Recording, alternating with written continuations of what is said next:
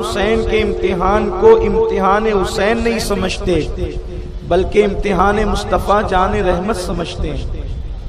اس بنیاد پر وہ امتحان ابراہیم سے بڑھ کر ہمیں نظر آتا ہے، کیونکہ وہ امتحان مصطفیٰ جان رحمت صلی اللہ علیہ وسلم کا امتحان ہے۔ اب یہاں ایک بات بھی واضح کر دوں کہ ممکن ہے کسی کو یہ لگے کہ حسین کا امتحان امام الانبیاء کا امتحان کیوں ہے، تو اس لیے ہے کہ ایک بچہ اگر بائک لے کر کے جا رہا ہو اور اس کا ایکسیڈنٹ ہو جائے تو وہ زخم کھا کر کے اتنا بے چین نہیں ہوتا جتنا کرسی پر بیٹھ کر کے اس کا صحیح سلامت باپ بے چین ہوتا ہے۔ تو یہ اصل میں بیٹے کی زخم باپ کا امتحان ہوتا ہے۔ یہ بہت خاص بات ذہن میں رکھنے کی ہے۔ تو ایک وقت میں ہر آدمی کا ایک امتحان ہوتا ہے۔ اللہ تبارک و تعالیٰ نے ایک مومن کے امتحان کی 4 قسمیں بیان کی ہے۔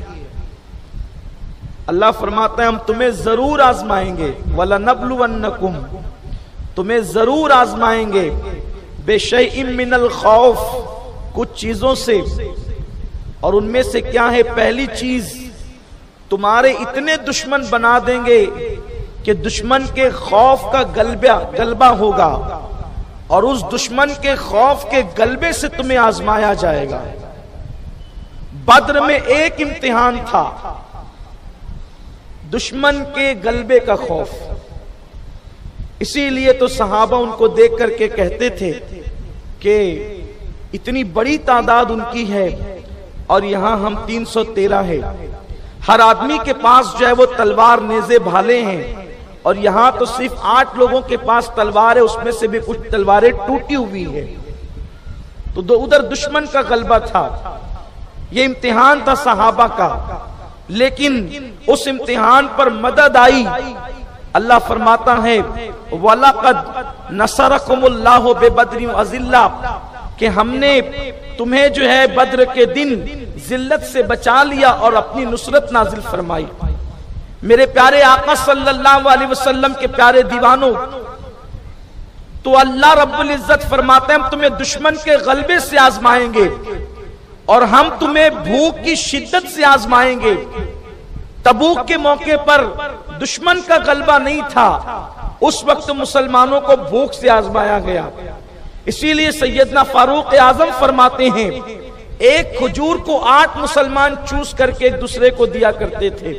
بھوک کی شدت کا عالم یہ تھا، لیکن وہاں کھجور تو تھی، کھجور موجود تھی جس کو چوس کر کے صحابہ پانی پیتے تھے، حالانکہ اس کو اسرت کا لشکر کہا گیا ہے، جیش اسرت کہا گیا اس کو، وہ لشکر جہاں پر تنگ دستی ہو، لیکن ان تنگ دستی کے ماحول میں ان کا قائد، ان کا سربراہ شان کا تھا کہ جس کی انگلیوں سے وہاں پانی کے چشمے جاری ہوئے، اور ایک ہی سفر میں مصطفیٰ جان رحمت سے 1500 معجزات ظاہر ہوئے۔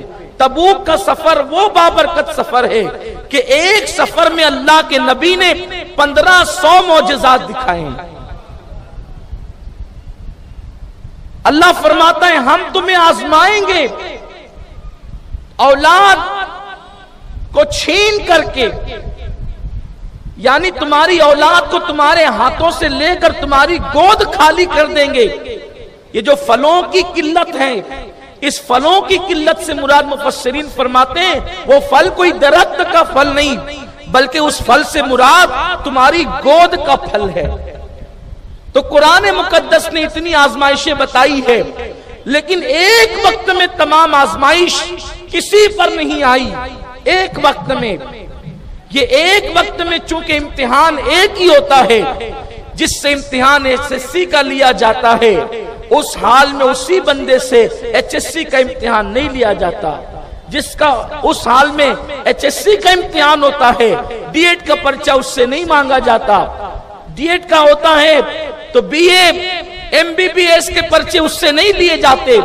اس لیے کہ امتحان کا دستور ہے، ایک وقت میں ایک انسان سے ایک ہی امتحان لیا جائے گا، لیکن چونکہ حسین امتحانات مصطفیٰ کی تکمیل ہے، حسین ابراہیم کے خواب کی تعبیر ہے، حسین اسماعیل کے ذبیحے کی تکمیل ہے، اس لیے اللہ نے کربلا میں جتنے امتحانات کی شکلیں تھی وہ سب ایک حسین کے اندر جمع فرما دی، اور اللہ نے سارے امتحانات ایک ساتھ امام حسین سے لیے۔ ایک طرف 72 ہے، دوسری طرف 22,000 ہے، یعنی 300 گنا لشکر زیادہ ہے، 300 پٹ لوگ زیادہ ہیں۔ آپ غور فرمائیں، اتنا بڑا لشکر اتنے مختصر لشکر کے سامنے کبھی جمع نہیں ہوا، نہ تاریخ اسلام میں اور نہ اسلامی تاریخ سے پہلے۔ تو یہ امام عرش مقام امام حسین علی جدی علیہ السلام کا امتحان تھا۔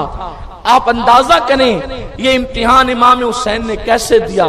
لشکر سامنے ہیں، کوئی مرعوب نہ ہوئے، بھوک کی شدت ہے، ضمیر کا سودا نہ کیا، اولاد قربان کر رہے ہیں۔ آپ ذرا غور فرمائیں میرے پیارے آقا صلی اللہ علیہ وسلم کے پیارے دیوانوں، ہمیں وقت پر پروگرام ختم کرنا ہے، اس لیے میں بہت جلدی اپنے عنوان کی طرف بڑھنا چاہتا ہوں۔ آپ غور فرمائیں، جناب ابراہیم علیہ السلام کا امتحان یہ ہے کہ اللہ تبارک و تعالی ان کو فرماتا ہے، ابراہیم تجھے اپنا بیٹا میری راہ میں ذبح کرنا ہے۔ حضرت سیدنا ابراہیم علیہ السلام 3 دن تک وہ خواب دیکھتے ہیں، اور اس کے بعد اپنی بیوی سے کہتے ہیں، دیکھو دونوں قربانیوں میں فرق کیا ہے۔ ذی الحجہ کی 10 تاریخ کو جانوروں کی قربانی دی جاتی ہے، اور محرم کی 10 تاریخ کو بیٹوں کی قربانی دی گئی۔ جانوروں کی قربانی اللہ اکبر یقیناً یہ بھی شعار اسلام ہے، لیکن اگر بیٹوں کی قربانی نہ دی جاتی تو یہ رسم اگر قائم نہ ہوتی تو مذہب اسلام کی بنیادیں دہل نہیں جاتی، بلکہ بدر و حنین کی آبرو مٹی میں مل جاتی۔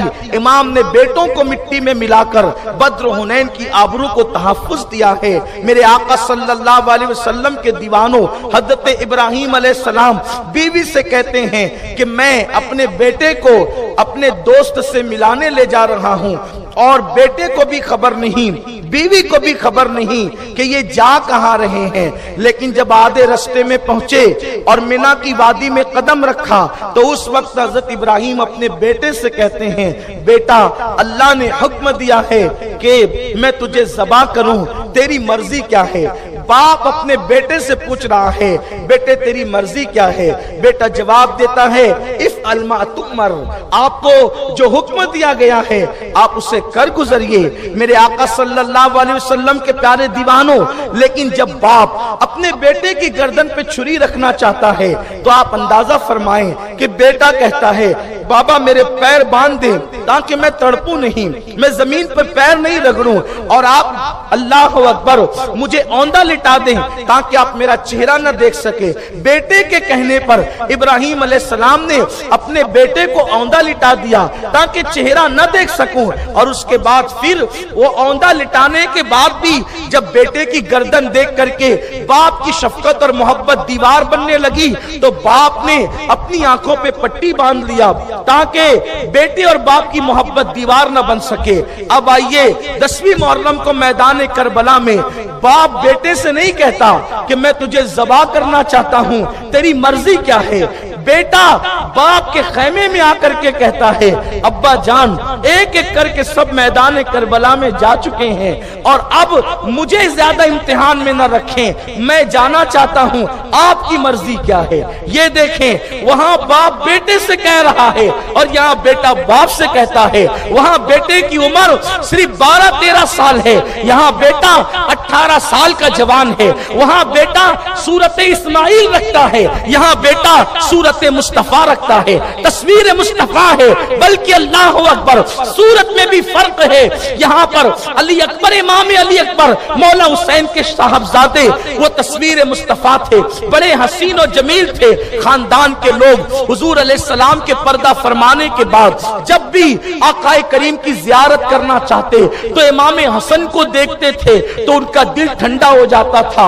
امام حسن کی شہادت کے بعد جب بھی خاندان رسول کے لوگ علی اکبر کو دیکھتے تھے تو حضرت علی اکبر کو دیکھ کر ان کا کلیجہ ٹھنڈا ہوتا تھا کہ تصویر مصطفیٰ ابھی بھی ہمارے خاندان میں موجود ہے۔ آپ اندازہ کریں، ہر باپ کو بیٹا پیارا ہوتا ہے، ہر باپ کو بیٹا عزیز ہوتا ہے، اور وہ بھی وہ بیٹا جو جوانی کی دہلیز پہ قدم رکھ دے اس سے کتنی امیدیں وابستہ ہوتی ہے، وہ بیٹا جو جوانی کی دہلیز پہ قدم رکھ دے اس سے کتنی آرزویں وابستہ ہوتی ہے۔ کہتے ہیں کہ جوان بیٹا بڑھاپے کا سہارا ہوتا ہے۔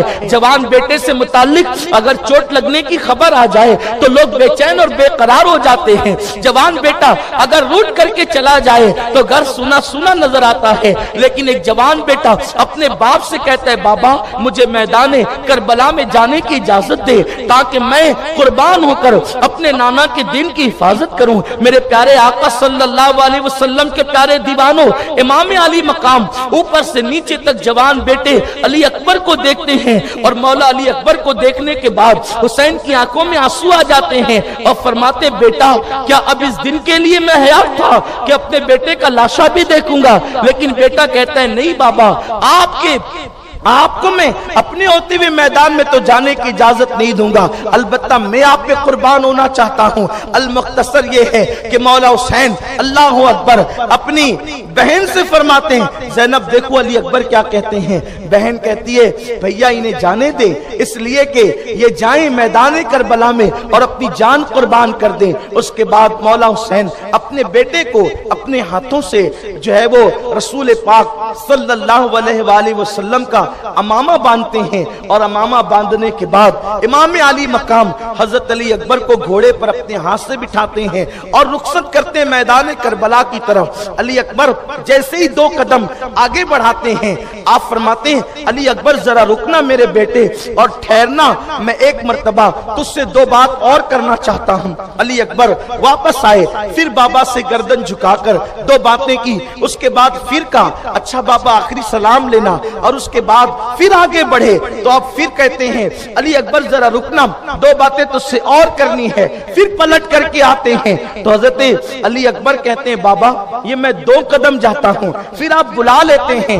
آخر مجھ سے اتنا امتحان کیوں لیا جاتا ہے کہ سب لوگوں نے جو ہے وہ جلدی جلدی شہادت کا مرتبہ حاصل کیا اور میرے لیے اتنی رکاوٹیں؟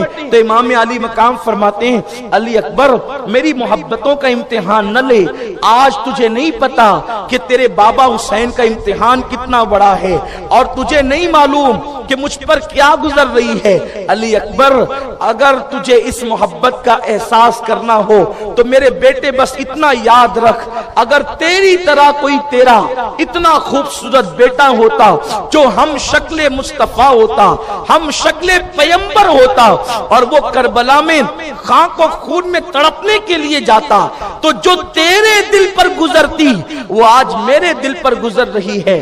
حضرت ہاجرہ آج آ کر وہ منظر دیکھیں کہ ہاجرہ نے تو یہ سوچ کر بیٹے کو سنوارا تھا کہ میرا بیٹا میرے شوہر کے دوست سے ملنے جا رہا ہے، لیکن شہر بانو ام رباب اپنے بیٹے کو میدان کربلا میں اس طرح جاتا دیکھ رہی ہے کہ خیمے کے باہر نکل کر کہتی ہے علی اکبر ذرا ایک مرتبہ مڑ کر دیکھنا تاکہ آخری مرتبہ تیرا دیدار کر لیں۔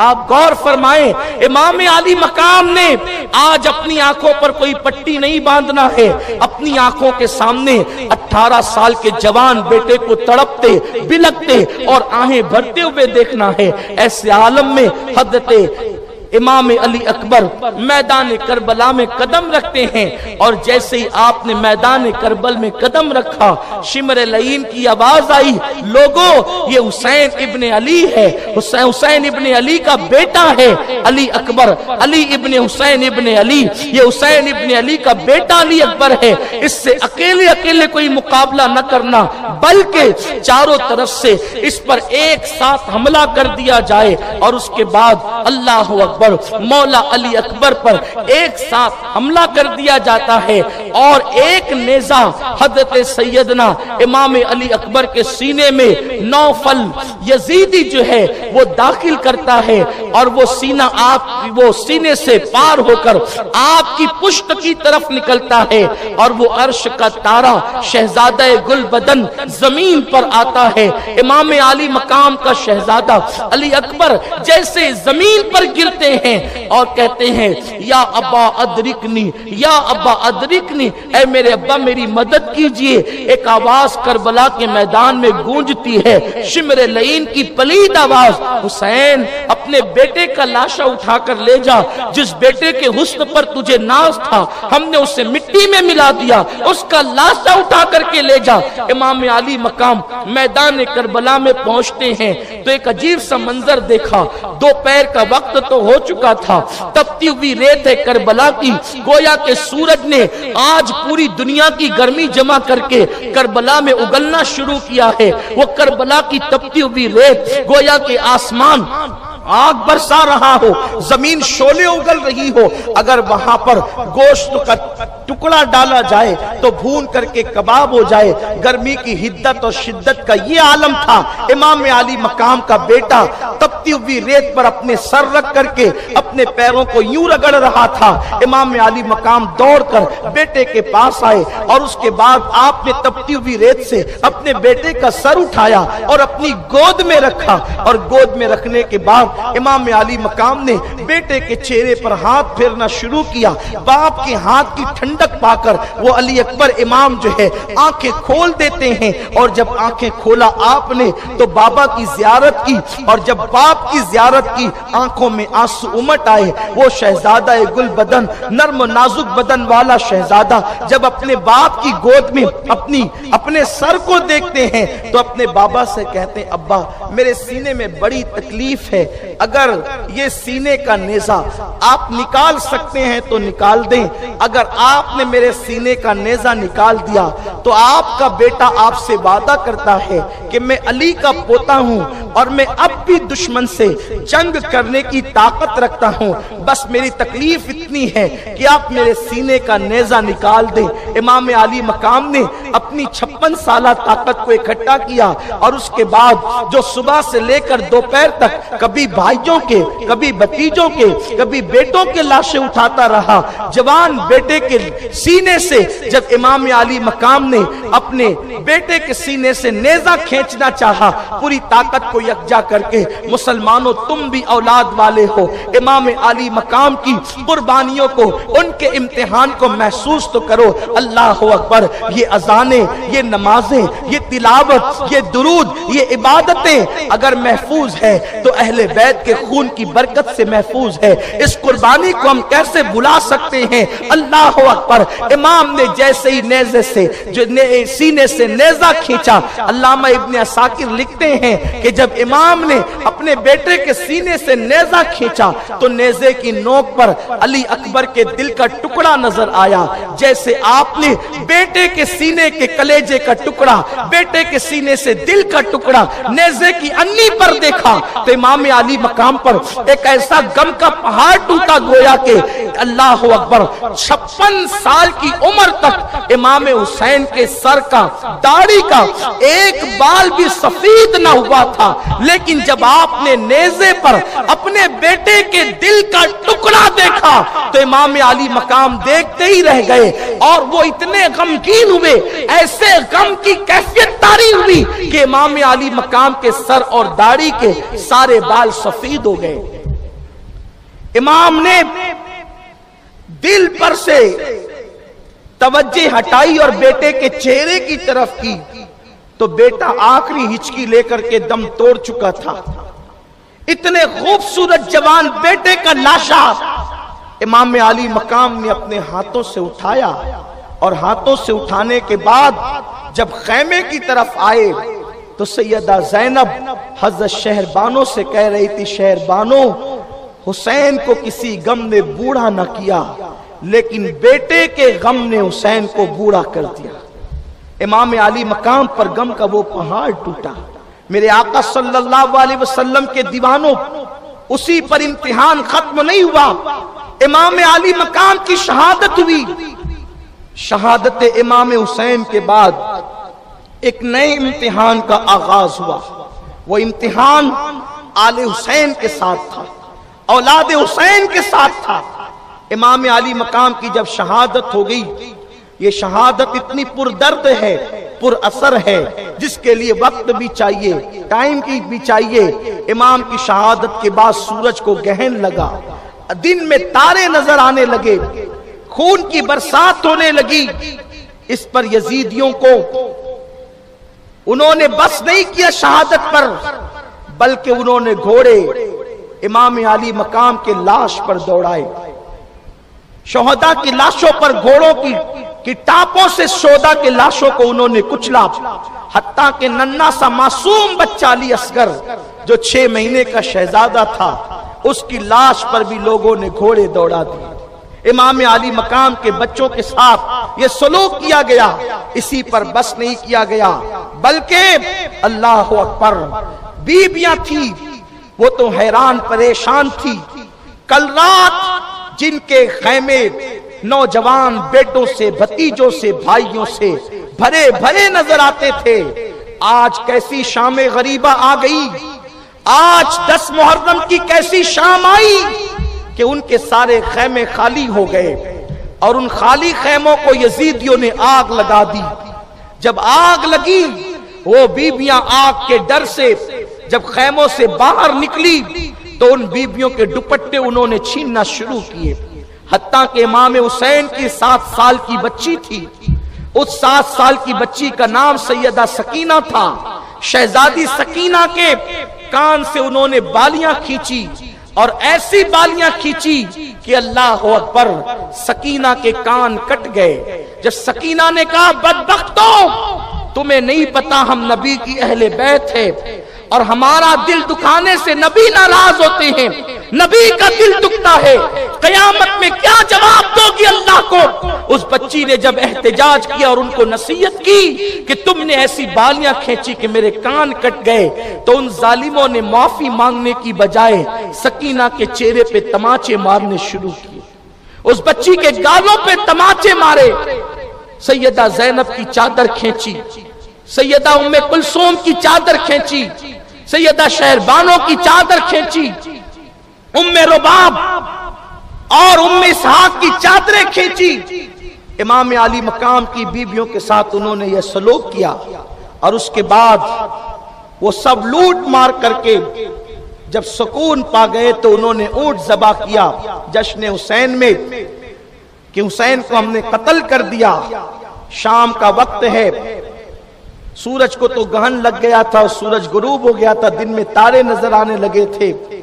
شام ہوئی، وہ شام غریبہ ہیں، آج سے 1377 سال پہلے کی محرم شریف کی 10 تاریخ کے بعد جو 11ویں شب آئی، وہ شام غریبہ کہلاتی ہے۔ امام علی مقام کی لاش پر گھوڑے دوڑ چکے، علی اکبر کی لاش پہ گھوڑے دوڑ چکے، عباس و قاسم کی لاش پہ گھوڑے دوڑ چکے، بے گور و کفن نبی کے شہزادے کربلا کے میدان میں پڑے ہوئے ہیں۔ وہ شہزادہ حسین عید کے دن جس کے کپڑے ان کا بابا نہ لا سکا، مولا علی اپنے شہزادوں کے لیے عید کے دن کپڑے نہ لا سکے، تو وہ شہزادہ حسین نے نانا کا دامن پکڑ کر کے کہا تھا کہ نانا مجھے کپڑے نہیں آئے، مجھے کپڑے چاہیے۔ تو رسول پاک نے فرمایا تھا بیٹے صبر کرو، تو امام علی مقام نے کہا تھا غلاموں کے بیٹے کپڑے پہنے، نبی کا نواسہ عید کے دن کپڑے نہ پہنے۔ تو اللہ کے حبیب علیہ السلام بے چین ہوئے، دروازے پہ دستک ہوئی، آقا کریم نے عرض فرمایا کون؟ عرض کیا گیا یا رسول اللہ آج حسین کا درزی آیا ہے اور کپڑے لے کر کے آیا ہے۔ آقا کریم نے مسکرا کر دروازہ کھولا تو وہ درزی مدینہ منورہ کا رہنے والا نہیں بلکہ وہ سدرہ کا رہنے والا جبریل تھا جو حسین کا درزی بن کر آیا تھا۔ عید میں کپڑے نہ آئے تو جس کے لیے جنت کا جوڑا آتا تھا، جنت کے جوڑے اس لیے بھیجے تھے خدا نے تاکہ جب حسین بے گور و کفن پڑا رہے تو کوئی حسین کو بے کس و بے بس نہ سمجھے۔ بچپن میں حسین کی عظمت بتا دی تھی کہ یہ مانگ لے تو اس کے لیے جنت سے کپڑے آتے ہیں، لیکن آج حسین بے گور و کفن اس لیے پڑا ہے کہ حسین کا امتحان ہے۔ حسین بے کفن ہو کر حسین نے اسلام کو کفن کے اندر آنے سے بچا لیا ہے، ورنہ لوگوں نے تو اسلام کا کفن بھی تیار کر لیا تھا اور اسلام کو دفن کرنا چاہتے تھے۔ حسین نے کہا میں بے گور و کفن پڑا رہوں گا لیکن اسلام کی آبرو کو بچا لوں گا۔ اللہ اکبر۔ امام عالی مقام کی یہ کیفیت سیدہ زینب نے دیکھی تو یہی آپ نے کہا واہ محمدا یا محمدا، واہ محمدا یا محمدا، یا رسول اللہ ہماری مدد کیجئے، یا رسول اللہ ہماری خبر لیجئے، یا رسول اللہ یہ وہی حسین ہے جس کے لیے جنت سے کپڑے آتے تھے، آج حسین کے لیے کفن تک میسر نہیں اور آپ کی آنکھوں میں آنسو آ گئے۔ میرے آقا علیہ السلام کے پیارے دیوانوں، اللہ اللہ، ادھر انہوں نے جشن حسین میں جو ہے اونٹ ذبح کیے، ہم نے حسین کو قتل کیا اور اس کی لاش پہ گھوڑے دوڑا دیے، حسین کے کپڑے تک ہم نے چھین لیے، لیکن جب انہوں نے کھانا تیار کیا اور کھانے کے لیے بیٹھے تو وہ پورا کھانا خون میں تبدیل ہو گیا، ان پہ ایک سناٹا سا چھا گیا۔ اب وہ لوگ ڈرے سہمے ادھر ہی بیٹھے رہے۔ ایسے میں سیدہ زینب کبریٰ سلام اللہ علیہا نے ایک ٹوٹا سا خنجر ہاتھ میں لیا اور ٹوٹا سا خنجر ہاتھ میں لے کر کے آپ لاشوں کا پیرا دینے لگی کہ میں اب کسی کو آنے نہیں دوں گی، اب ظلم کی انتہا ہو گئی ہے، اب صبر کی انتہا ہو گئی ہے، کوئی آئے گا تو اب زینب اسے اپنے ہاتھوں سے قتل کرے گی، فاتح خیبر کی بیٹی اب فاتح خیبر کا کردار ادا کرے گی، لیکن زینب کے ان نازک ہاتھوں میں خنجر بھی صحیح نہ تھا بلکہ ٹوٹا سا خنجر کربلا کی ریت میں کسی کا ملا تھا، وہ اٹھا کر کے لاشوں کا پیرا دینے لگی۔ لاشوں کا پیرا دیتے دیتے آپ نے سنا کہ لاشوں کے درمیان سے کسی کے رونے کی آواز آ رہی ہے، چونکہ وہ سارے لاشیں خیمے سے اٹھا کر لے گئے تھے اور کربلا کے میدان میں لے جا کر رکھ دیا تھا اور گھوڑوں سے کچل دیا تھا۔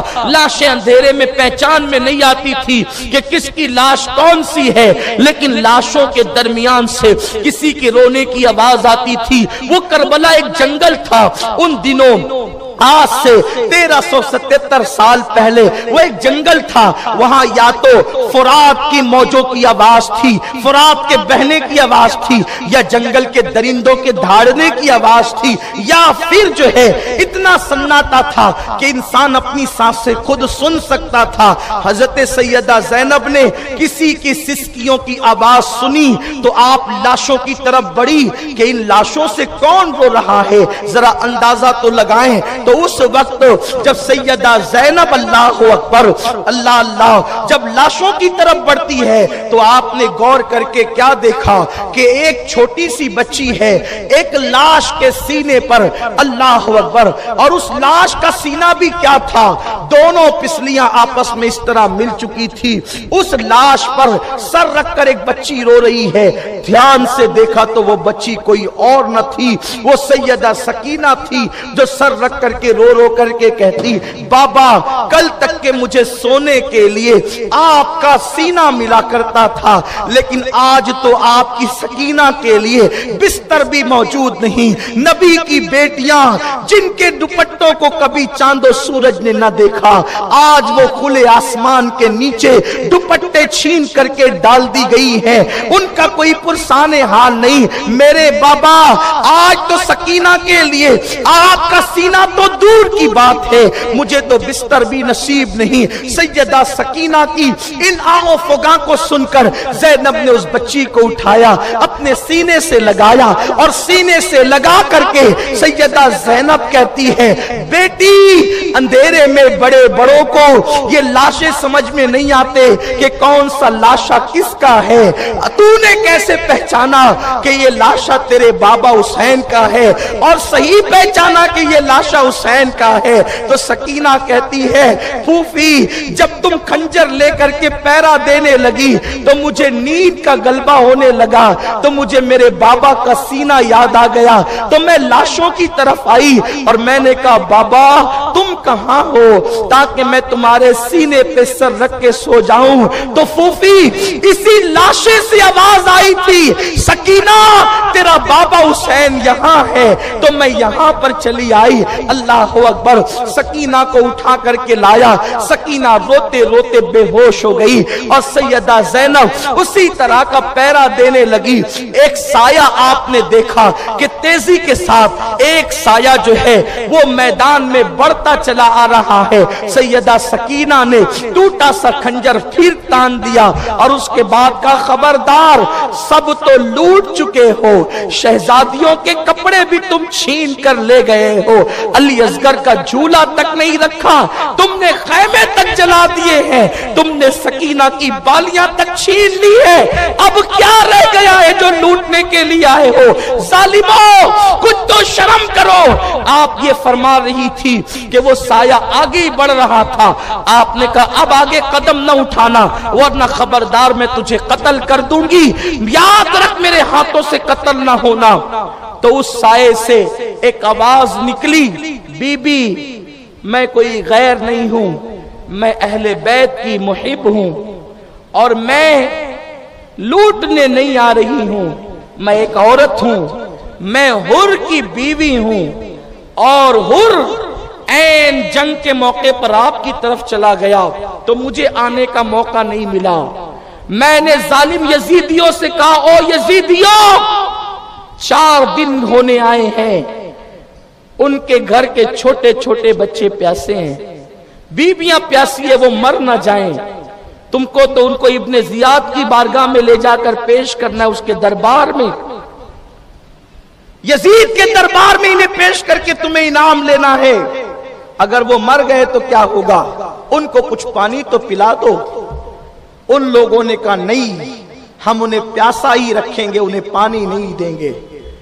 یزیدیوں کی حمایت کرنے والے بے شرموں سے کہتا ہوں شرم کرو، ساقی کوثر کے نواسوں کو جنہوں نے پانی نہ دیا، جن کے گھر میں جبریل اجازت کے بغیر نہ آتے ہوں۔ ارے فرشتوں کو آنے کے لیے مسجد میں اجازت کی ضرورت نہیں، گھروں میں اجازت کی ضرورت نہیں، لیکن نبی کا گھر وہ گھر ہے، اہل بیت کی چوکٹ وہ چوکٹ ہے کہ فرشتوں کا سردار بھی جہاں اجازت کے بغیر نہیں آتا۔ استاذ زمن کہتے ہیں ان کے گھر میں بے اجازت جبرائیل آتے نہیں، قدر والے جانتے ہیں قدر شان اہل بیت۔ یہ حور کی بیوی نے کہا کچھ تو پانی دو، ساقی کوثر کے نواسے ہیں وہ۔ ان ظالموں نے کہا ٹھیک ہے اگر لے جانا ہے تو تو پانی لے جا۔ حور کی بیوی نے مشکیزوں سے ٹھنڈا ٹھنڈا پانی لیا اور اپنے مشکیزے میں بھرا اور لے کر کے چلی۔ بی بی زینب سے کہا زینب تیرے لیے اور تیرے بچوں کے لیے میں ٹھنڈا پانی لائی ہوں۔ سیدہ زینب نے ٹھنڈے پانی کا نام سنا، معصوم علی اصغر کی پیاس یاد آ گئی اور زینب کہتی ہے اب تو ہمیں ٹھنڈے پانی کے نام سے بھی نفرت ہو گئی، یہ ٹھنڈا پانی معصوم علی اصغر کو نہ ملا، 18 سال کے کڑیل جوان علی اکبر کو نہ ملا، یہ ٹھنڈا پانی 19 سال کا قاسم پانی پانی کرتے کرتے دنیا سے چلا گیا، اس قاسم کو یہ پانی نہ ملا، اب ہمیں ٹھنڈے پانی سے نفرت ہے، لے جا یہ ٹھنڈا پانی، ہم پانی نہیں پیئیں گے۔ لیکن خاندان اہل بیت کا یہ مزاج ہے کہ جب وہ ضد پر آ جائیں اور کسی کی بات نہ مانے تو لوگوں کو ایک طریقہ معلوم تھا کہ جب بھی رسول پاک ہو، حضور علیہ السلام بھی اگر جلال میں آ جائیں اور کسی کی بات نہ مانے اور حضور کے سامنے سیدہ فاطمہ کا واسطہ پیش کر دیا جاتا تھا تو حضور کا غصہ چلا جاتا، حضور فوراً بات مان جاتے تھے۔ یہ طریقہ ہے اہل بیت کو منانے کا